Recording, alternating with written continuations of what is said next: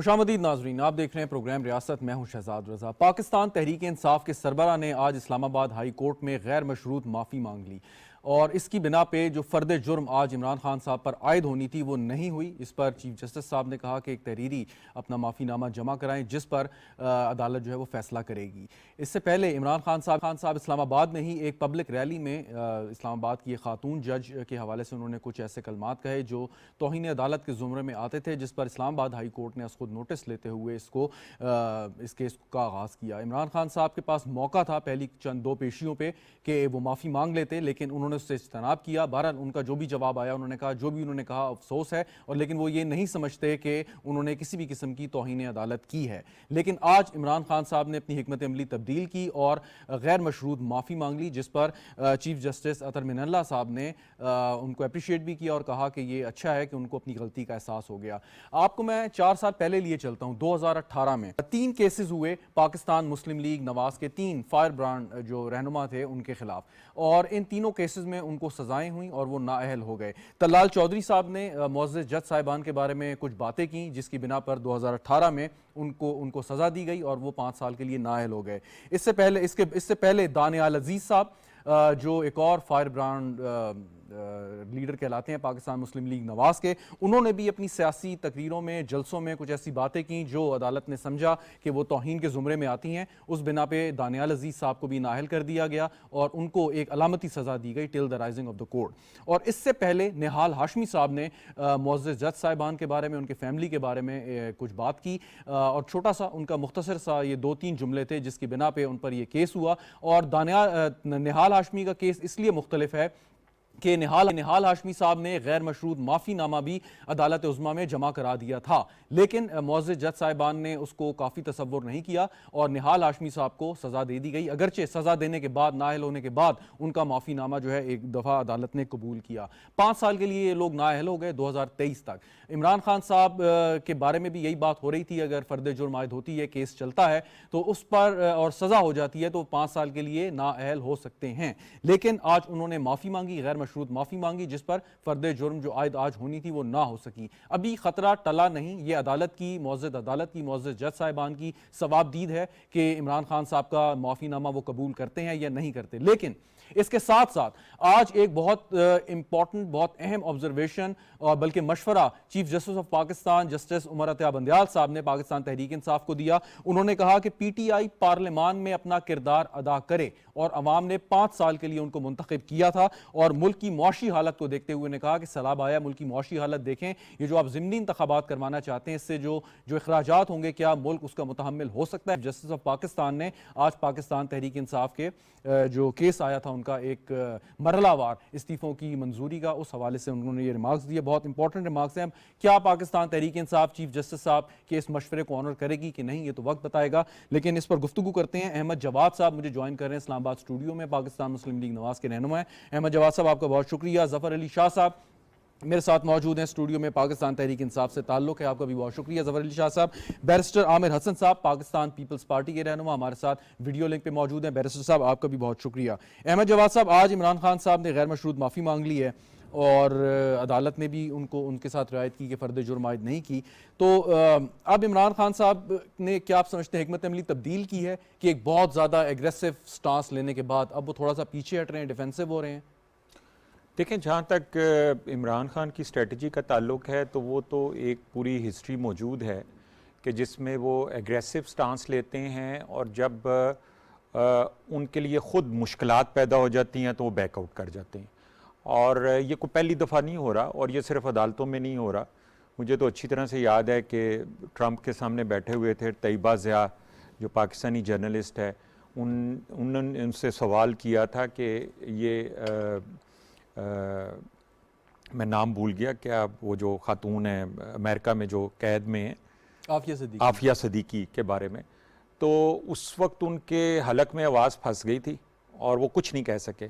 और हिस्ट्री ये है कि उन्होंने आफिया सदीकी के लिए बड़ी आवाज़ उठाई थी और बड़ा उसके बारे में वो इज़हार ख्याल किया करते थे और उस वक्त भी अमेरिका की ग़ुलामी का जिक्र करते थे। फिर आप रिसेंट हिस्ट्री देख लें कि अमेरिका के ख़िलाफ़ जो पूरी एक कंपेन चलाई गई पिछले 4-5 महीनों में, जिसमें रजीम चेंज और ग़ुलामी जी। और इम्पोर्टेड हुकूमत और अमेरिका की ग़ुलामी, इसके हवाले से 4-5 महीने इस कौम को एक ख़ास डायरेक्शन के तरफ लगाया गया और फिर हमने उसका एक जो है कंक्लूजन देखा। KPK हुकूमत में रेड कारपेट के ऊपर उनके पूरी बैसी को, एम्बेसडर को, उनको रिसीव किया गया, सुजुकी गाड़ियाँ रिसीव की गई हैं और ऐसा लग रहा था कि जैसे KPK में सबसे मोस्ट कोई आला कोई VIP जो है वो आया है। और उसके बाद आपने ख़ुद भी देखा बनीगाला के अंदर कितने अमेरिकन ओहदेदार जो हैं वो मिलने आए और उनसे उन्होंने बड़े खुशगवार माहौल में बात की। तो ये एक इमरान खान के हवाले से तो आपको कभी कोई शक नहीं होना चाहिए।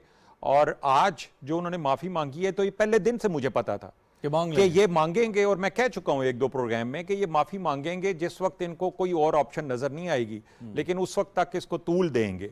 जब ये देखेंगे कि अब इसके बाद अब मेरे लिए मुश्किलात हैं तो वो माफ़ी मांगेंगे। हो सकता है कि वो दिल से शर्मिंदा हो और दिल से माफ़ी मांग रहे हो। देखें उसमें ये है, आपने प्रोग्राम के शुरू में बड़ा अच्छा जो आपने एक हिस्ट्री बयान की माफ़ियों की भी, और पता नहीं वो माफ़ियाँ दिल से थीं या नहीं थीं, क्योंकि दिल का हाल तो अल्लाह जानता है। या हो सकता है जज साहिबान जज कर लेते हों।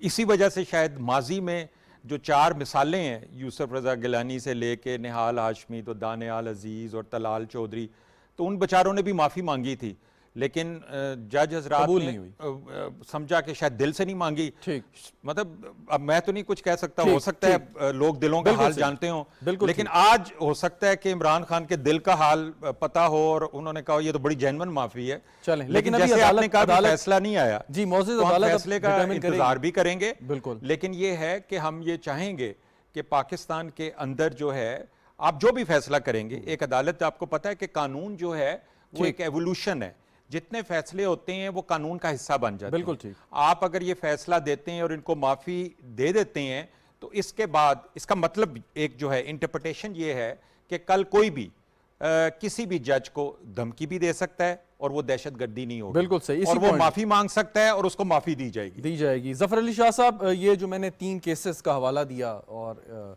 तरमीम की यूसुफ रज़ा गिलानी साहब के केस की, अगर इन तीनों पे ही रहे, निहाल हाशमी, दानियाल अजीज़ और तलाल चौधरी साहब के केस, ये केस कितने फ़र्क हैं जो इस वक्त इमरान खान साहब को जिस केस का सामना है उससे कितने मुख्तलिफ आप समझते हैं? शहजाद साहब, ज़मीन और आसमान का फ़र्क आपने मिसाल दी, अच्छा किया, और मैं आपको दरख्वास्त करूँगा कि मज़ीद इस मिसाल को ज़रा बढ़ाएँ।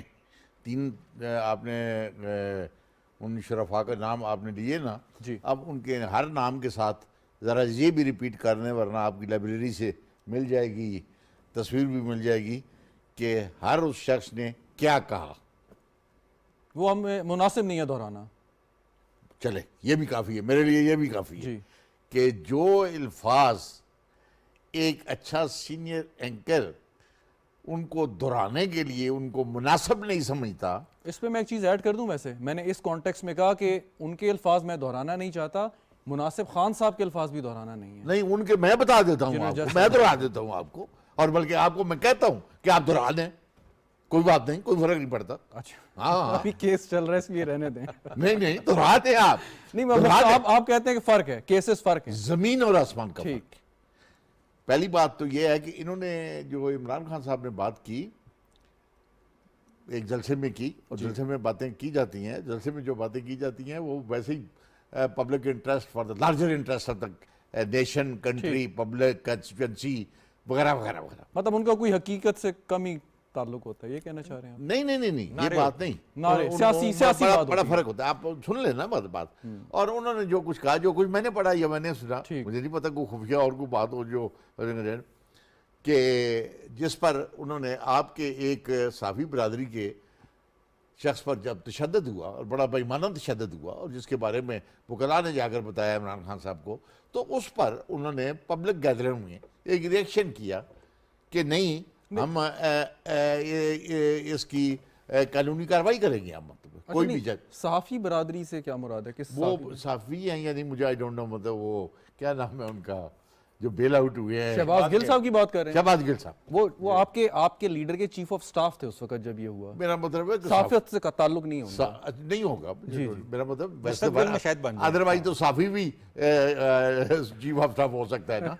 तो इसलिए मैं आज कर रहा हूँ शहजाद साहब कि वो जमीन आसमान का फर्क है उसमें। लेकिन चलें उस पर एक क्योंकि अभी स्टिल ये सब जुडिस है मसला 3 तारीख तक, वरना मैं मजीद आपको खुल कर बता देता इसको कंटेम्प्ट ऑफ। लेकिन एक चीज़ है शाह साहब कि अभी उन्होंने तहरीरी जो अपना माफ़ीनामा या फिर डेविड जो भी उसको आप नाम दें वो जमा कराना है अदालत में, और फिर जो मौजूद जज साहिबान हैं वो अपनी दानाई का इस्तेमाल करके फिर फैसला करेंगे ना कि इसे कबूल करना है। इसलिए कर रहा हूँ ना, सब जुडिस है। जी जी। लेकिन दानाई जो है, जो collective wisdom of the court है, वो आ गई है आज। मतलब उन्होंने ओपन कोर्ट में रिपीटेडली उन्होंने यह, मैं उधर था कि ये हम आपकी इस बात को सराहते हैं, अप्रिशिएट करते हैं आपकी आज। और शहजाद साहब ये अलग बात है कि जब जजेस का पैमाना समझने का अपना होता है, आपका अपना है, मेरा अपना है, जवाद साहब का अपना है, तो वो वरना पहले दिन ही जो इमरान खान साहब ने कह दिया था वो भी कोई माफीनामा से कम नहीं थी, वो यही बात थी। लेकिन अच्छा, इंसान माफी क्यों मांगता है वैसे? है जी, इंसान माफी क्यों मांगता है? मतलब अगर आप या मैं माफी मांगूं, मैं क्यों माफी मांगूंगा? यानी कि मैं समझूंगा कि मैंने कोई गलत काम किया है। मैं यही अर्ज करता हूँ ना कि उस पर जो आपने मिसालें दी है ना आपने खुद दी कि फलां ने माफी भी मांगी थी, सजा भी हो गया था। जी जी। ये नहीं, मेरा एक जनरल सवाल है, कानून से हट के, फिर बैरिस्टर साहब भी वेट कर रहे हैं कि इंसान माफी क्यों मांगता है? आप अगर मैं आपसे माफ़ी किसी बात पे मांगूंगा, मैं क्यों मांगूंगा? मैं समझूंगा कि मैंने कोई बात गलत की है जिससे आपकी दिल आज़ारी हुई है या नुकसान पहुंचा है, तब मैं माफ़ी मांगूंगा। यानी खान साहब ने ये रियलाइज़ किया कि उन्होंने बात गलत की थी। नहीं, दो बातें हैं ना, दो बातें हैं, और ये बिल्कुल यू राइट, ये हो सकता है। और उन्होंने पहले दिन ये कह दिया था। नहीं, पहले दिन तो माफ़ी का लफ्ज़ इस्तेमाल नहीं किया उन्होंने। नहीं, आप देखें ना, ये आप स्ट्रिक्टली यही मैं अर्ज कर रहा हूँ, मैं कोट कर रहा हूँ।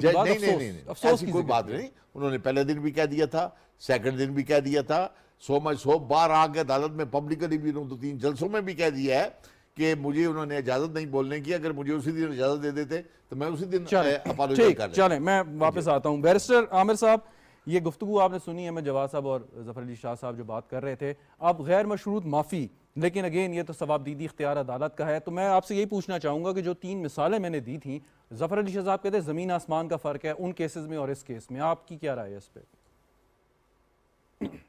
देखिए, अब तौहीन में क्या फ़र्क होता है? अगर ये अदालत को तौहीन ना लगती तो अदालत अज खुद नोटिस ना लेती और फिर एक बेंच तश्कील ना दिया जाता। इसलिए बादियुन नज़र में उन्हें तौहीन लगी तो उन्होंने इसका नोटिस दिया इमरान खान साहब को, पहली बात। दूसरी बात ये है कि पाकिस्तान के अंदर अगर तो फैसले कानून के तहत होंगे और वो अगर कॉन्टेम्प्ट ऑफ कोर्ट हो, क्रिमिनल या दूसरी, तो उसके अंदर तो फिर कानून के तहत फैसले होने चाहिए।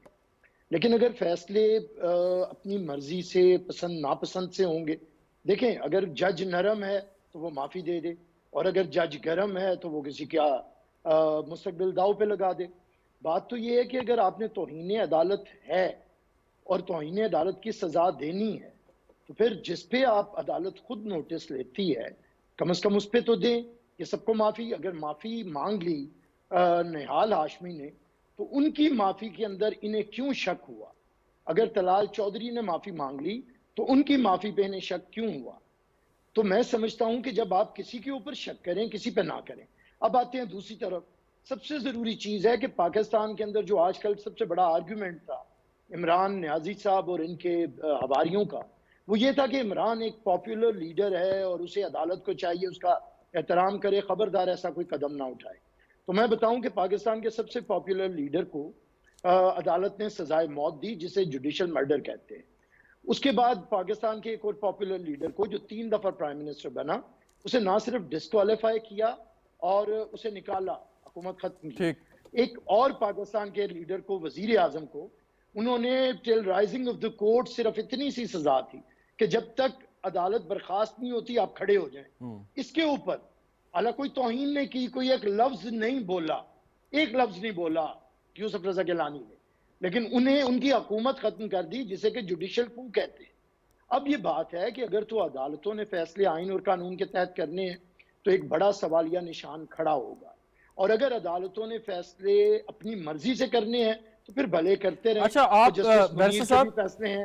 आप कानून को बहुत बेहतर जानते हैं। अदालत कोई भी फैसला दे तो वो एक मिसाल भी कायम हो जाती है आइंदा आने वाले केसेस के लिए। अगर आप अगर किसी के वकील हैं तो आप इस केस का फैसला हवाला दे सकते हैं कि माजी में क्योंकि इस्लामाबाद हाई कोर्ट ने ये फैसला दिया था।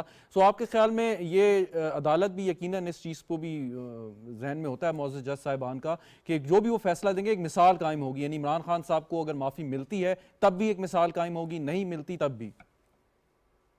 देखिए, हाई कोर्ट की मिसाल सुप्रीम कोर्ट के ऊपर तो लागू नहीं। सुप्रीम कोर्ट की मिसालें आपने कह दी, वो तलाल साहब का केस हो, दानियाल साहब का, निहाल हाशमी का, यूसुफ रजा गिलानी साहब का, तो वो तो प्रेसिडेंट लागू होगा इस्लामाबाद हाई कोर्ट के ऊपर। अब इस्लामाबाद हाई कोर्ट का अगर कोई सुप्रीम कोर्ट से निकल के कोई नई मिसाल पैदा करना चाहती है तो इसी पे सवालिया निशान उठ रहा है और इसी पे हम बात कर रहे हैं। हमारे लिए हैरानकुन बात यह है कि अगर बारहा हर अदालत के मूड से, देखिए आजकल बदकिस्मती क्या है, जब बेंच तश्कील होता है तो टॉक शो से लेके रेडी वाले तक डिस्कस होने लगता है कि फैसला क्या आएगा। लोगों को पता है कि फलां जजेस क्या फैसला करेंगे, फलां जजेस किसकी तरफ टिल्ट करते हैं, फलां जजेस किसकी तरफ जाते हैं। ये बदकिस्मती है। मैं एक कितनी बड़ी बदकिस्मती है कि जजों का बेंच देख के फैसला होता है, और उससे बड़ी बदकिस्मती है कि सीनियर मोस्ट जजेस को बेंच में बैठने के लिए खतूत लिखने पड़ते हैं कि हमें इग्नोर किया जा रहा है, निगलेक्ट किया जा रहा है, हमें छोड़ा जा रहा है। अपनी मर्जी के जजेस को बिठा के फैसले लिए जाते हैं। तो जब ऐसे मामला आए, किसी मखसूस जज का पता हो कि ये मखसूस जज साहब किसी खास पार्टी की तरफ उनका रुझान है, तो बताइए क्या होगा। मैं यही तो कहता हूं कि अगर फैसले जजों की मर्जी से होंगे तो जस्टिस मुनीर एक स्याहबाब है, जस्टिस क्यूम एक स्याहबाब है, फिर स्याहबाब में इजाफा होगा। लेकिन अगर फैसले आइन और कानून के तहत करने हैं तो फिर पाकिस्तान भी आगे बढ़ेगा, रियासत भी आगे बढ़ेगी और अदलिया की अच्छा, बैरिस्टर साहब, आप कानूनी माहिर हैं, गुजारिश सुन लीजिएगा। देनी है तो सबको दे जी, गुजारिश सुन लीजिएगा, आप कानूनी माहिर हैं, तो अदालत उज़्मा या अदालत आलिया के फैसलों पर तो यकीनन एक फेयर कमेंट किया जा सकता है। जज साहिबान की ज़ात के ऊपर बात करना और ऐसे लोगों के बारे में, वो उसके लिए कोई और फोरम भी हम यकीनन तलाश कर सकते हैं जहाँ पे इस किस्म की बात हो जाए। लाइव टीवी पे ज़रा मुनासिब शायद नहीं होता। मैं वापस आपकी जानिब आता हूँ। अहमद जवाद साहब, अब आज एक और बात भी हुई, एक तो इस पर अगर आप कोई कमेंट करना चाहें जो ज़फ़र अली शाह साहब ने बात की। दूसरा, आज चीफ जस्टिस साहब ने मशवरा दिया या उन्होंने ऑब्जर्वेशन दी कि जी आप जाएं वापस कौमी असम्बली में, पार्लियामान में, जहाँ अपना किरदार अदा करें। तो क्या समझते हैं कि क्या करेंगे? देखें, इसके पीछे मैं तो समझता हूँ कि बड़ी हिकमत भी है, और वो इसलिए है कि अगर आप 123 लोगों के इस्तीफ़ों के ऊपर अगर आप ज़िमनी इलेक्शंस करवाते हैं तो आप सोचें कितना बड़ा एक मुल्क के लिए चैलेंज है, उसके इंतज़ामात, फ़ंड्स के हवाले से, एक ऐसे वक्त में जबकि पाकिस्तान 1/3 पाकिस्तान जो है वो पानी में डूबा हुआ है। और ठीक है, अभी तक मैं नहीं समझता कि उस तरह से हमें कौम में इत्तेहाद नज़र आता है जैसे 2005 के ज़लज़ले में आया था, लेकिन बाहर से जो लोग आ रहे हैं कम से कम उनको ख्याल है, चाहे वो सेक्रेटरी जनरल हों, ठीक है, यूनाइटेड नेशंस के, चाहे अंजलिना जूली हो, चाहे इस मुल्क का प्राइम मिनिस्टर मियाँ शहबाज शरीफ साहब हों, जो सुबह 7 बजे से लेके पिछले 1 महीने कोई दिन ऐसा नहीं था कि जब वो सैलाब ज़दा इलाकों में नहीं होते थे, वहाँ पे ख़ुद खड़े होके वहाँ पे इंफ्रास्ट्रक्चर को बहाल करने के हवाले से, उनकी ज़रूरियात के हवाले से जो एक अवेयरनेस, आगाही पैदा की और जो एक लीडरशिप का रोल दिया, ये सारी चीज़ें हमारे सामने हैं। ऐसे मौके के ऊपर मुझे तो एक समझ ये नहीं आती कि आप किस तरह से किसी नए इंतखाबात, चाहे वो ज़िमनी इंतखाब क्यों ना हो, जहाँ पे 10-10 फुट पानी खड़ा है गाँव और शहरों के अंदर, जहाँ पे कि अब कह रहे हैं कि अक्टूबर के बाद अगर उन तक मदद ना पहुंची तो बहुत बड़ी हलाकतों के होने का खदशा है, लाखों की तादाद में, क्योंकि बीमारियां इस वक्त वहां पे जिस शिद्दत से आ रही हैं, इसलिए कि पीने का पानी सबसे बड़ा एक चैलेंज है, वो उसी गंदे पानी को पी रहे हैं, उनकी खुराक, उनका शेल्टर। अब ये हम बात कर रहे हैं 3-3.5 करोड़ लोगों की, और ऐसे मौके के ऊपर आप इलेक्शन या ज़िमनी इलेक्शन या इस्तीफ़े, मैं समझता हूं कि एक बिल्कुल आउट ऑफ प्लेस, एक ये उसी सूरत में हो सकता है अगर आपको कोई इंसानियत के साथ आपको कोई लगाव नहीं है, या आपको अपने मुल्क के अवाम की हालत या उनकी इस वक्त जो सूरत हाल है उसके बारे में एहसास नहीं है, और सियासत जो है वो एक डोमिनेटिंग फैक्टर है, एक ऑब्सेशन है कि जिसमें आप सब कुछ भूल जाते हैं। आप कहते हैं नहीं बस इलेक्शंस करवा दें दोबारा, इसलिए कि आप अब एक सीट से उठ के आए हैं तो आप चाहते हैं कि मैं दोबारा उस पर चला जाएंगे कि नहीं वापस? आप क्या कहते हैं? देखें, इसका फैसला जो है वो तो इलेक्शन ही करेंगे, और मैं समझता हूं कि इस मुल्क में जमहूरियत का सफ़र जारी रहना चाहिए। Transparent, free and fair elections होने चाहिए।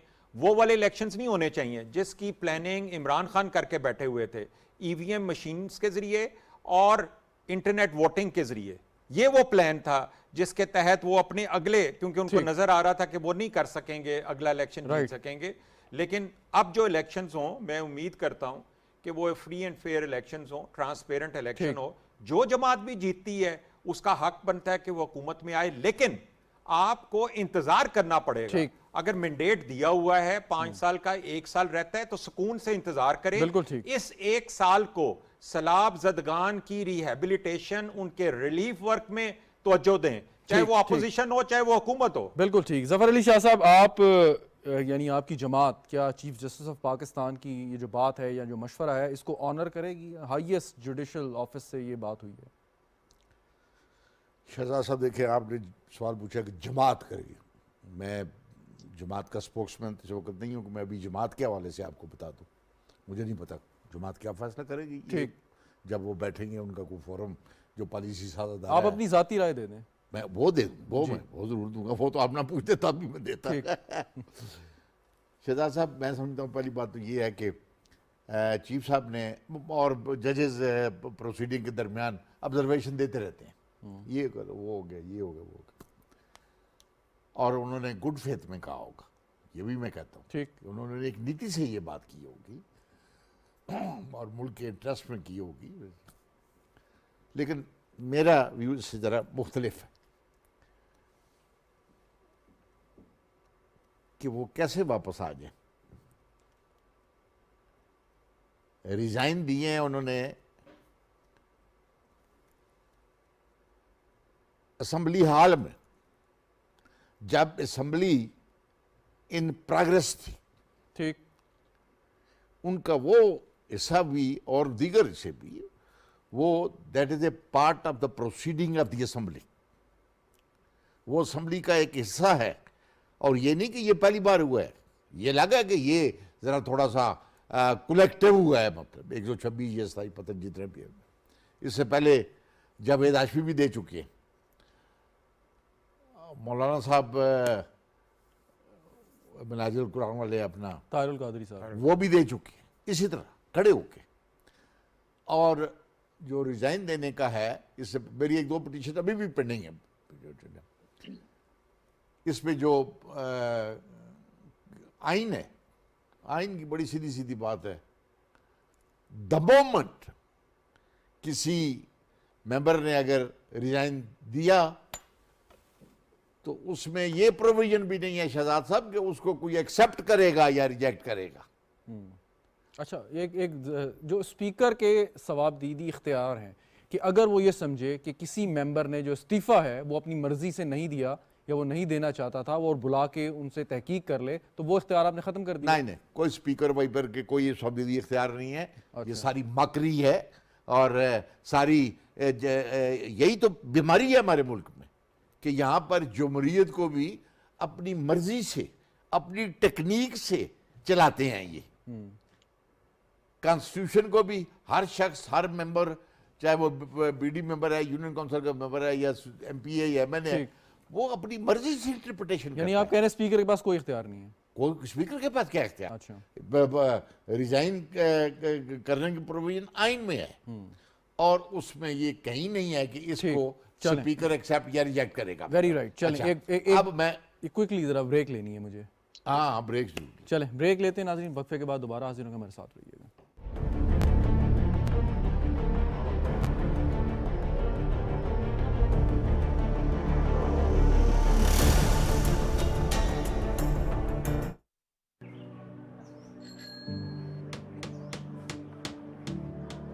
अरे हाजी साहब, ये सुबह सुबह किस काम पर लग गए? बड़ा जरूरी काम है भाई, सेहत का मामला है। जाली से सेहत का क्या ताल्लुक हाजी साहब? डेंगू का मौसम है बेटा, खिड़की पे जाली जरूरी है ताकि मच्छर घर में ना आ सके। चलें, फिर हमें तो कोई फिक्र नहीं, क्योंकि हमारी खिड़कियों पे जाली लगी हुई है। हाँ, लेकिन डेंगू से हिफाजत सिर्फ जाली से तो नहीं होती। याद रखें, खरा पानी डेंगू मच्छर की यकीनी जगह है। इनको खाली और खुश्क रखें। दरवाजों खिड़कियों पर जाली, मच्छरदानी, आस्तीन वाले कपड़ों और मच्छर मार अद्वियात का इस्तेमाल यकीनी बनाएं। शदीद बुखार, जिस्म पर सुर्ख धब्बे, आंखों में जलन और कैद डेंगू की अलामात हो सकती हैं। अलामात की सूरत में फौरन तशखीसी मरकज से मुफ्त इलाज करवाएं। हुकूमत खैबर पख्तूनख्वा ने तमाम अजला में डेंगू तशखीसी मराकज, लार्वा तलफ टीमों की तश्कील और फ्यूमिगेशन जैसे अमली इकदाम किए हैं। हुकूमत खैबर पख्तूनख्वा, महकमा इत्तलात और ताल्लुकात आमा। किस्मत तेरी मुट्ठी में, बंद मुट्ठी को तू खोल, हर खेल मुयस्सर तुझको, तू खाली मुंह से बोल। भाग लपट लपट झपट, भाग लपट लपट झपट, भाग लपट लपट झपट, भाग लपट लपट झपट, भाग लपट। Arena Sports City Residencia, Lifestyle of Champions. मज़ीद मालूमात के लिए राब्ता कीजिए 042 111 333 987, a project of Al Jaleel Developers.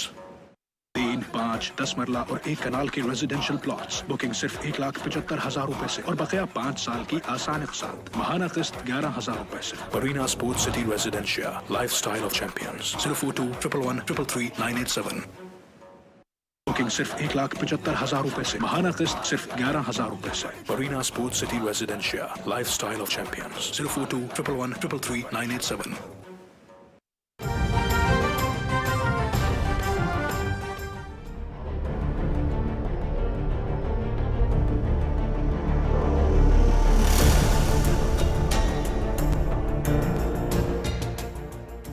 Programme में एक बार फिर खुशामदीद नाज़रीन। गुफ्तगू हो रही है पाकिस्तान तहरीक इंसाफ के हवाले से। आज फ़र्द जुर्म का ख़तरा टल गया इमरान खान साहब पे, लेकिन आज चीफ जस्टिस ऑफ पाकिस्तान ने एक मशवरा दिया पाकिस्तान तहरीक इंसाफ को कि पार्लियामान में वापस जाएँ। अहमद जवाद साहब, ज़फ़र अली शाह साहब और बैरिस्टर आमिर हसन साहब साथ मौजूद हैं। बैरिस्टर साहब, ज़फ़र अली शाह साहब, बैरिस्टर साहब के पास जाने से पहले क्विकली कि नेशनल असम्बली या कौमी असम्बली के जो कवानीन हैं, कवायद हैं, उसके तहत तो आपको हाथ से लिखा हुआ इस्तीफ़ा देना है स्पीकर के पास, और स्पीकर को इस चीज़ पर मुतमईन होना है कि ये वॉलंटरीली है, जेन्युइन है, किसी प्रेशर में या लालच में नहीं दिया गया। वो इस सूरत में उसने मुतमईन नहीं होना अगर, और इस पर केस लाया है वो खासकर सिंध हाई कोर्ट का है कि इसमें अगर मेंबर कोई कहता है,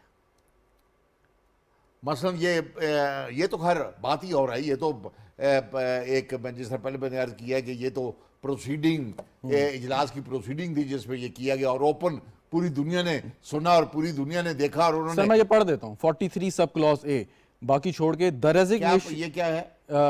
कौमी असेंबली के कवायद पढ़ रहा हूँ मैं अंग्रेजी। यही मेरी the resignation is voluntarily and genuine and the speaker has no information on knowledge to the contrary, यानी कि स्पीकर के पास इससे मुख्तलिफ कोई इत्तला या नॉलेज इन्फॉर्मेशन नहीं है। अगर स्पीकर ये कहता है कि जी ये रेजिग्नेशन या तो हुए ही नहीं या हुए हैं तो किसी प्रेशर के तहत हुए हैं, तो स्पीकर नहीं कर सकता आपके। मैं फिर दोबारा आपको ये अर्ज कर दूं कि पहली बात तो ये है कि जो रूल्स होते हैं जी, ये हावी नहीं होते मेन लॉ पे। जी बिल्कुल आपकी बात ठीक है। मेन लॉ मीन तो द कॉन्स्टिट्यूशन। जी, तो कॉन्स्टिट्यूशन में बड़ा वाज़ेह है, मतलब यानी आप कहते हैं ये रूल्स जो बनाए गए आइन से मुतसादिम ये रूल उसको ओवरडू नहीं करते कॉन्स्टिट्यूशन को कि स्पीकर को, ये तो माकरी मजाक बन जाएगा। अच्छा। और जैसे बना है नहीं, इससे पहले भी बना है, ये आइन से मुतसादिम आप ये कह रहे हैं? ये नुक्ता बिल्कुल। अच्छा, बिल्कुल, इससे पहले भी हुआ है ये। मियां साहब के, मियां नवाज शरीफ साहब के दौर में इन्हीं ने एक अपना पीटीआई की थे रिजिग्नेशन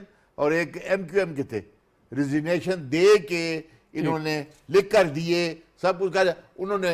पॉइंट सर आ गया जरा। बैरिस्टर साहब आपकी राय भी मैं जानना चाहूंगा कि जो कौमी असम्बली के कवायद हैं, कवानीन हैं, उसके तहत एक सारी मैं आपको जी क्विकली आपने वो पूछा था कि 128 या 29 इलेक्शन कैसे होंगे, ये वो जिस जी वो मैं उस पे आता हूँ, मैं दोबारा जी मैं उस पे आता हूँ। जी बैरिस्टर साहब, तो वो शाह साहब कहते हैं कि जी आइन इस पे बड़ा क्लियर है, लेकिन स्पीकर के इख्तियारात जो कौमी असम्बली के कवायद हैं वो भी काफी क्लियर हैं, आप क्या कहेंगे इस पे? और चीफ जस्टिस साहब ने जो बात की है आज के जी वापस जाए पार्लियामान में, मेरे ख्याल से फिर कानून को इंटरप्रेट करने का काम हमारे टॉक शो में बैठे किसी शख्स का भी नहीं है। जितना कि चीफ जस्टिस ऑफ पाकिस्तान का है। जी बिल्कुल। और अगर वो कह रहे हैं कि आपको नेशनल असेंबली में आना चाहिए, तो फिर जाहिर है वो कॉन्स्टिट्यूशन के तहत ये बात कह रहे होंगे कि अभी एक्सेप्ट नहीं हुई है। दूसरी बात है कि रेजिग्नेशंस का तरीक़ाकार, अगर एक शख्स भी उठ जाए, इज्तिमाई इस्तीफे थे, एक शख्स अगर उठ के दे दे तो फिर तो वापस नहीं होता। एक ने ऐलान किया 100-150 लोगों के इस्तीफों का। अब उसके लिए जरूरी था कि नेशनल असेंबली के स्पीकर के पास ये जाते और एक बंदा अपना इस्तीफा कबूल करवा लेता। यही गेम पहले पीटीआई ने खेली थी और दोबारा उन्होंने वही खेली है। और अब शक इसलिए पैदा हो गया कि जब इनके यहाँ एक रुकन इस्लामाबाद हाई कोर्ट में चला गया और उसने जाके कहा कि मैंने रिजाइन नहीं किया, इन्होंने गलत मेरा रिजाइन दिया है, वो जो लियारी से उनके शाह साहब, जी बिल्कुल, जिसकी वजह से उसकी रुकनीत की बहाली का काम शुरू। तो अगर एक रुकन भी ये कह रहा है तो मामला मशकूक हो गया। अब जब मामला मशकूक हो गया है तो रेजिग्नेशन कैसे स्पीकर नेशनल असेंबली? इसलिए स्पीकर साहब ये कर रहे हैं कि वो एक तरीके से इनकी छुट्टियों पे इन्हें नोटिस देते हैं, जो नहीं आता फिर उसके रेजिग्नेशन को एक्सेप्ट करते हैं। मैं समझता हूं कि पाकिस्तान के अंदर ये कवानीन का मजाक इसीलिए उड़ाया जाता है। अगर पीटीआई के लोग इस्तीफे देना चाहते हैं तो आज तक उन्होंने पार्लियामेंट लॉजेस नहीं छोड़े हैं, उन्होंने सहूलतें नहीं छोड़ी हैं, वो तनख्वाहें वसूल कर रहे हैं, वो सारी चीज़ें करते हैं, तो फिर उसके बाद मुनाफकत सामने आ जाती है। एक तरफ आप कहते हैं कि हमें इक़्तिदार के ऐवानों में नहीं रहना, और दूसरी तरफ आप 80% पाकिस्तान में हुकूमत में मौजूद हैं।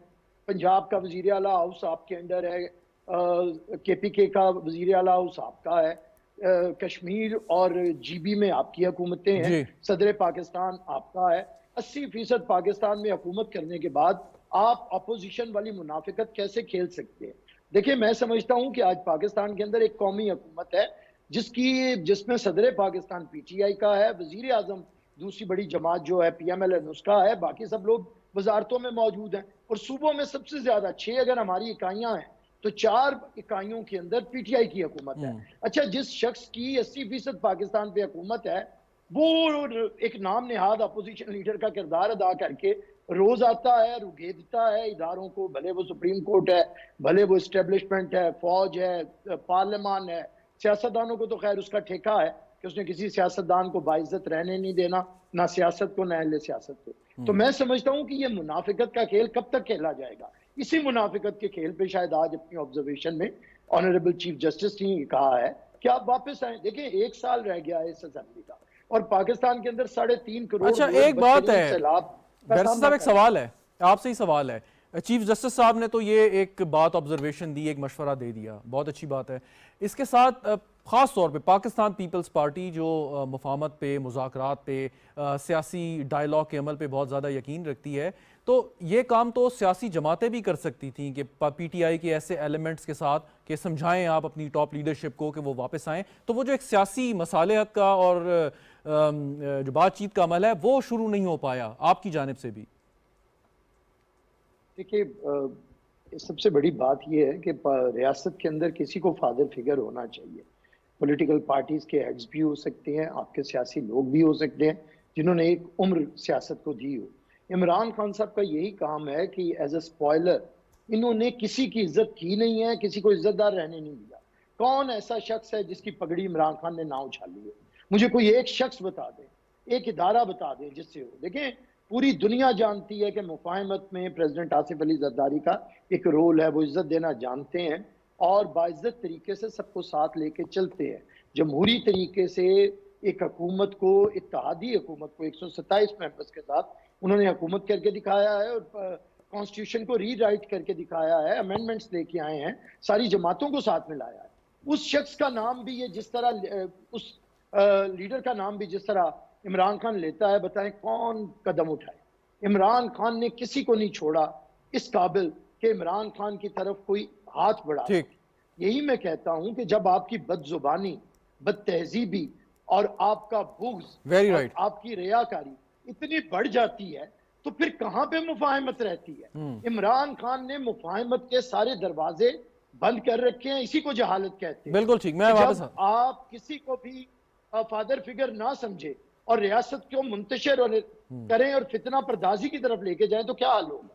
बिल्कुल सही। अहमद जवाद साहब, अब जैसे बड़ी पर्टिनेंट बात की बैरिस्टर साहब ने कि 6 में से 4 इकाइयों पे उनकी हुकूमत है, प्रेसिडेंट ऑफ पाकिस्तान आपकी जमात से उनका ताल्लुक है, तो और बड़े कंफर्टेबल हैं कि आप वफाक में जो भी आपकी जिम्मेदारियां हैं वो भी आपके ऊपर नहीं हैं, जो महंगाई है बाकी चीज़ें हैं वो सारे का सारा मलबा पीडीएम की इत्तेहादी हुकूमत पर पड़ रहा है। फिर इमरान खान साहब को जल्दी क्यों है? वो तो सियासी तौर पर बहुत कंफर्टेबल हैं, वोट बैंक भी उन्होंने इंटैक्ट रखने की कोशिश की है, आगे जिम्मेदारियों से भी उनको छुटकारा हासिल हो गया है, फिर वो क्यों जल्दी में है? मेरा ख्याल है कि ज़ाती तौर पे जब तक वो वज़ीर आज़म ख़ुद नहीं होते तो वो कंफर्टेबल नहीं है।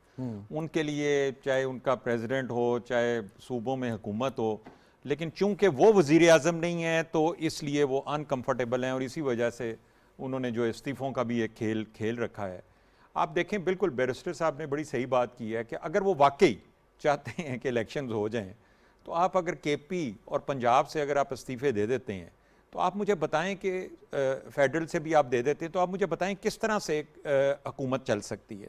वो तो ऑटोमेटिकली फिर एक दो सूबों में आपका हो गया तो आपको इलेक्शंस की तरफ जाना पड़ेगा।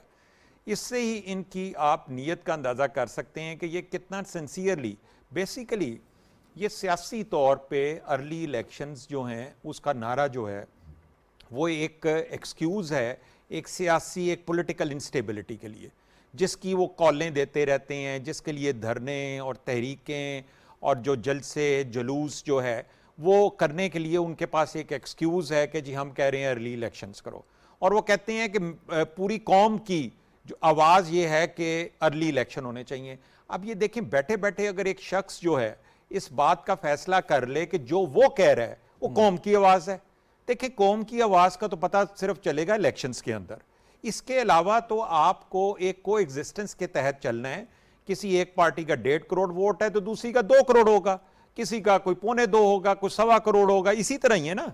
आप ये तो नहीं कह सकते कि जो मेरा वोटर है बस वही जो है वो पाकिस्तान की असास है या वही डिसाइड करेगा। आपको को एग्जिस्टेंस के साथ चलना चाहिए। और मेरा ख्याल है कि इमरान खान के तजाद की सबसे बड़ा सबूत जो है वो यही है कि दो बड़े सूबों में हुकूमत होते हुए, प्रेसिडेंट के होते हुए और फेडरल गवर्नमेंट के, और जैसे बताया बैरिस्टर साहब ने भी कि तमाम प्रिविलेजेस ले रहे हैं, तनख्वाहें भी ले रहे हैं, पार्लियामेंट लॉजेस को भी नहीं छोड़ रहे। इसके बावजूद जो है वो अर्ली इलेक्शन, इनको तो चाहिए था सबसे पहले तो पार्लियामेंट लॉजेस से निकलते, तनख्वाहें लेना बंद करते, केपी से इस्तीफा देते, पंजाब से इस्तीफा देते। आप बताएं किस तरह से ये हुकूमत चल सकती थी, आपके पास कोई और रास्ता ही ना होता। तो ये ऑप्शन उन्होंने नहीं एक्सरसाइज की। इससे आपको उनके तजाद का एहसास हो जाना चाहिए कि वो अर्ली इलेक्शन की बात नहीं है। वो ये चाहते हैं कि इस हुकूमत को 1 साल किसी स्टेबिलिटी के साथ हुकूमत करने का मौका ना। लेकिन एक पॉइंट है, देखें अब तोशा खाना का रेफरेंस जो स्पीकर साहब ने भिजवाया वो इस वजह से भिजवाया कि खान साहब बदस्तूर मेंबर कौमी असम्बली हैं, और अगर मेंबर कौमी असम्बली हैं तो उनको तनख्वाह भी जा सकती है, वो पार्लियामेंट लॉजेस में भी रह सकते हैं, बाकी जो पर्क्स प्रिविलेजेस एंड एमएन है वो एंजॉय कर सकते हैं अनटिल अनलेस उनका रेजिग्नेशन एक्सेप्ट ना हो जाए। जी बिल्कुल ठीक है। देखें, तोशा खाना का आपने जिक्र कर दिया। देखिए बात यह है कि अभी हम थोड़ी देर पहले जो इस्लामाबाद हाई कोर्ट के डिसीजन का कह रहे थे और आपने सवाल किया था बैरिस्टर साहब से कि जो अदालतों के फैसले होते हैं वो एक रेफरेंस बन जाता है आने वाले दिनों के लिए, कानून के लिए, मुख्तलिफ अदालतों के लिए। तो अगर आज आपने ये फैसला किया कि किसी जज की पब्लिकली तौहीन करना, उसको धमकी देना, तौहीन नहीं, तौहीन छोटा लफ्ज़ है, धमकी देना जो है वो दहशतगर्दी नहीं है, तो जाहिर है कि आज के बाद कोई भी अगर पब्लिकली किसी जज को धमकी देगा तो ये रेफरेंस बन जाएगा कि ये दहशतगर्दी नहीं है। फिर इसके बाद अगर आप इसको माफ़ी के ऊपर आप इसको माफ़ भी कर देते हैं तो फिर एक और रेफरेंस बन जाएगा। एक तो माफ़ी मांग ली खान साहब ने, ठीक हो गया, लेकिन उससे पहले जब खान साहब ने ये अल्फाज अदा किए और उस दौरान और अब से माफ़ी मांगने के अरसे के दौरान जो उनके सोशल मीडिया टाइगर्स ने, उनके बाकी लोगों ने अदलिया के बारे में, जज साहिबान के बारे में या उस मुअज़्ज़ज़ खातून जज के बारे में जो सोशल मीडिया पे वावेला किया, उसकी माफ़ी कौन मांगेगा? कोई माफ़ी नहीं है उसकी। और मैं आपको बताऊं शहजाद, मेन चीज़ जो है, जो आपने सोशल मीडिया का भी जिक्र कर दिया, इनकी स्ट्रेटजी का ये हिस्सा है कि अदारों के ऊपर दबाव डाला जाए, मीडिया के ऊपर दबाव डाला जाए, और वो इसी सोशल मीडिया से आप जजों के ऊपर भी डालते हैं जिससे कि उनके फैसलों के ऊपर आप असरअंदाज हो सकें। आप एस्टेब्लिशमेंट के हवाले से ऐसे क्वेश्चंस रेज करते हैं जिससे कि एस्टेब्लिशमेंट के अंदर डिवाइड हो सके। Very ये right. सारी इंटेंशंस हमने देखी हैं, उन्होंने इनको भरपूर तरीके से इस्तेमाल करने की बिल्कुल कोशिश ठीक। शाह साहब, अब वापस आने वाली बात है पार्लियामान में कि वापस आएं और मतलब जो भी उसमें हो, लेकिन उसके साथ साथ जो मैंडेट की बात है, आप अर्ली इलेक्शन की बात करते हैं, 5 साल के मैंडेट की बात पीडीएम बार बार कर रही है, भी अहमद जवाद साहब ने भी हवाला दिया। जब ये लोग इलेक्ट हुए एज मेंबर कौमी असम्बली, तो असद कैसर साहब जो स्पीकर बने और आपकी पार्टी से जिनका ताल्लुक है, उन्होंने इनसे हल्फ लिया और हल्फ लेने के बाद यानी कि इस्टेब्लिश हो गया, आप लोगों ने एक्सेप्ट कर लिया कि ये मेंबर कौमी असम्बली हैं। जब मेंबर कौमी असम्बली हैं और उनके पास मतलूबा तादाद है, तो फिर आप कैसे जोर डाल सकते हैं, लेकिन ये कैसे कह सकते हैं असम्बली नहीं चल सकती कि 5 साल तो मुद्दत पूरी है। देखें शहजाद साहब, हमने सारी गुफ्तगू में जो असल बात है, चाहे उसको आप कोई कंट्रोवर्शियल कह लें, वो एक अलग बात है, उसको आपने टच किया है विद ड्यू रिस्पेक्ट, मतलब बतौर एंकर के, और ना गालबन हमने किया है कि पहली बात तो ये है कि अर्ली इलेक्शन ये कोई नई बात नहीं है, ठीक है, पूरी दुनिया में मुतालबा करना हक है और हो भी सकता है, मुतालबा करना भी हक है और अर्ली इलेक्शन होते भी है, हो भी सकता है, बिल्कुल दुरुस्त। लेकिन अगर और अभी मैं जी अब सुन लेना, उससे पहले आपने भी जिक्र किया वो 126 मेंबरों के कैसे इलेक्शन होंगे, ये वो आपको याद होगा कि ईरान में ईरानी पार्लियामेंट के एक बम ब्लास्ट में 98 या 89 फिगर है, ये पार्लियामेंट के मेंबर उड़ा दिए गए। ठीक 7 दिन के बाद उनके आइन ने, उनकी क़यादत ने, उन्होंने कहा कि री इलेक्शन कराओ, और वो इलेक्शन हुए। ठीक, अब ये कहना कि ये जी 126 मेंबरों के इलेक्शन कैसे होंगे, क्यों नहीं होंगे, कभी नहीं हुए, और छोड़ दें ये बात भी, चले हम मान लेते हैं। और ये इसीलिए इमरान खान साहब कहते हैं कि आप पूरे इलेक्शन कराएं सारे। और उसमें जो बात मैं कर रहा था आपसे कि जो मिसिंग है या जिसकी तरफ आप तवज्जो नहीं दे, हम नहीं दे रहे, वो है फॉरेन इंट्रीग। वरना वैसे कोई इमरान खान साहब कोई पागल नहीं है कि भाई ये अदम एतमाद होते रहते हैं, ठीक, ये भी हिस्सा है एक आइन का और सियासत का। अच्छा, उससे हम थोड़ा सा आगे बढ़ गए हैं वैसे। नहीं, एक सवाल है साथ आपसे फॉरेन इंट्रीग पे बहुत हमने गुफ्तगू की, आप भी मेरे शो में कई दफा आ चुके हैं, बात कर चुके हैं, लेकिन मेरा पॉइंट ये है कि जब असद कैसर साहब ने इन एमएनए से जो आज कौमी असम्बली में मौजूद हैं, जब उनसे हलफ लिया, तो ये तस्लीम हो गया कि जी वो मेंबर कौमी असम्बली हैं और जेन्युइन मेंबर कौमी असम्बली हैं। ठीक है, ठीक हो गया। हाँ। अब अगर उन लोगों ने बैलेंस ऑफ पावर चेंज कर दिया पीडीएम के हक में, यानी कि वो पीडीएम ने हुकूमत बनाने में कामयाब हो गई, तो फिर आप कैसे उसको एक्सेप्ट नहीं कर सकते कि जब आपके स्पीकर तो मैं फिर देखे ना, अब यही बात है ना, यहाँ पे आप थोड़ी see again with due respect कि डंडी मार रहे हैं। नहीं, नो डंडी सर, मेरी डंडी इन दी सेंस है, आप चलें, सुने ना बताइए, बात सुने ना, बताइए। उन्होंने वैसे ये नहीं निकल गए, वो एज ए प्रोटेस्ट कि ये क्या बकवास है, ये क्या हो रहा है। सर मेंबर कौमी असेंबली फिर वही बात आप कैसे कह सकते हैं, कैसे क्या कि जो लोग बैठे हैं वो मेंबर कौमी असेंबली हैं, इस बात तो तस्लीम करते हैं ना आप। तो इसीलिए उन्होंने अंडर प्रोटेस्ट करके बाहर निकल गए। लेकिन आप अगर वो लोग चाहें, अगर उनके पास मतलूबा तादाद है कि असेंबली ने 5 साल की मुद्दत पूरी करनी है, सो आईन पाकिस्तान को हक देता है कि मुद्दत पूरी करें। फिर वही बात नहीं, देखे ना आप इस तरह मिस इंटरप्रेट ना करें। मैं नहीं कर रहा सर। नहीं, क्या आप समझते हैं कि कोई एमएनए हो गया, आप हो गए या मैं होऊंगा, तो हमें फिर रिजाइन देने का या असेंबली छोड़ने का राइट नहीं है? बिल्कुल इख्तियार है। तो उन्होंने वो अपना इख्तियार इस्तेमाल किया है। बिल्कुल ठीक, उन्होंने एक उस इंट्रीग का जो कि इंटरनेशनल इंट्रीग है, उसका जवाब दिया। लेकिन आपने अपना इख्तियार इस्तेमाल कर लिया। अब जिन लोगों का इख्तियार है जो हुकूमत बना के बैठे हुए हैं, इस वक्त मेंबर कौमी असेंबली हैं, उनके इख्तियार को आप कैसे चैलेंज कर सकते हैं? वो कहते हैं हमारा इख्तियार है, हम पूरे 5 साल बैठेंगे यहाँ पे, आप हमें कैसे फोर्स वो 5-7 तभी कह रहे हैं बैठेंगे कि वो उस इंट्रीग का हिस्सा है। चलें इंट्रीग का हिस्सा है। बैरिस्टर साहब, फाइनल क्वेश्चन सर। अब पीटीआई ने वापस तो नहीं आना, चीफ जस्टिस साहब की बात को मेरा नहीं ख्याल वो ऑनर करेंगे, हो सकता है कर लें, कुछ भी हो सकता है, पाकिस्तान की सियासत है, लेकिन ये अरसा कैसे गुजरेगा अब से लेके अगले साल इंतखाबात तक का? जिस तरह 5 महीने गुजर गए हैं, अगला अरसा भी गुजर जाएगा। किसी की चीखों पुकार से अगर मामलात होते तो इतना ज़्यादा ना तो कोई चीखा है ना चीख सकता है, काम हो जाता। अगर होशमंदी से चलना है, अगर तो देखिए इमरान खान साहब इलेक्शंस चाहते हैं तो किसी ने नहीं रोके।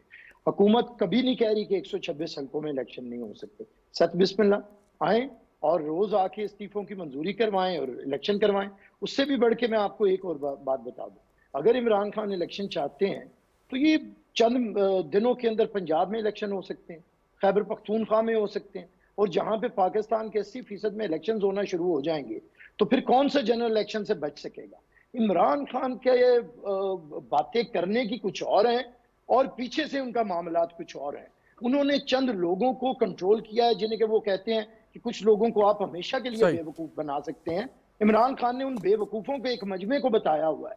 कभी उन्हें सुनाते हैं कि गद्दारी है, कभी उन्हें सुनाते हैं गैर मुल्की मुदाखलत है, कभी उन्हें सुनाते हैं कि ये सिपा सलार मीर जाफर हो गया है, फिर कहते हैं कि हमने फौज के सरबराह को एक्सटेंशन देनी है, फिर उसके बाद माफिया मांगते हैं, फिर मुलाकात के तरले करते हैं, फिर उसके बाद इमरान खान कहते हैं अब मैं किसी से माफी नहीं मांगूंगा, फिर इमरान खान माफी मांगते हैं। इमरान खान को कोई एक मौकफ हो तो गुफ्तगू करें। मैं कहता हूं अगर ये इलेक्शन करवाना चाहते हैं तो अनाउंस करें पंजाब में इलेक्शन। ठीक, बिल्कुल ठीक, बिल्कुल ठीक, बहुत very right, point well taken से बहुत शुक्रिया बैरिस्टर साहब आपका। अहमद जवाद साहब, जफर अली शाह साहब हमारे साथ मौजूद थे। नाजरीन, गुफ्तगू आपने आज जो बात हुई और चीफ जस्टिस साहब का एक मशवरा इमरान खान साहब या तहरीक इंसाफ के लिए था, बज़ाहिर ऐसा महसूस ये होता है कि पाकिस्तान तहरीक इंसाफ वापस पार्लियामान में आने के मूड में नहीं है। वो जैसे जफर अली शाह साहब ने कहा कि वो ऑलरेडी इस्तीफे दे चुके हैं और वो दोबारा कह रहे हैं कि जी पर्सनल उनका एक उन्होंने तस्दीक की है। लेकिन जब सियासी अमल को चलना है, और ये बात भी बिल्कुल दुरुस्त है, अगर खान साहब अर्ली इलेक्शन चाहते हैं तो वो किसी तौर पर भी असम्बली को प्रेशराइज नहीं कर सकते, क्योंकि जो लोग इस वक्त असम्बली में बैठे हैं एज मेंबर कौमी असम्बली, उनका भी उतना ही राइट और प्रिविलेज है, और अगर उनके पास वो मतलूबा तादाद है तो 5 साल की मुद्दत वो यकीनन पूरी कर सकते हैं। आइन उनको ये जवाब फराम करता है। लेकिन जैसे कहा कि अगर प्रेशर डालना ही है तो बाकी 2 असम्बलियाँ तोड़ें, इलेक्शन कराएं। देखते हैं इमरान खान साहब इस पर क्या फैसला करते हैं। प्रोग्राम देखने का शुक्रिया, इजाज़त दीजिए, खुदा हाफिज़।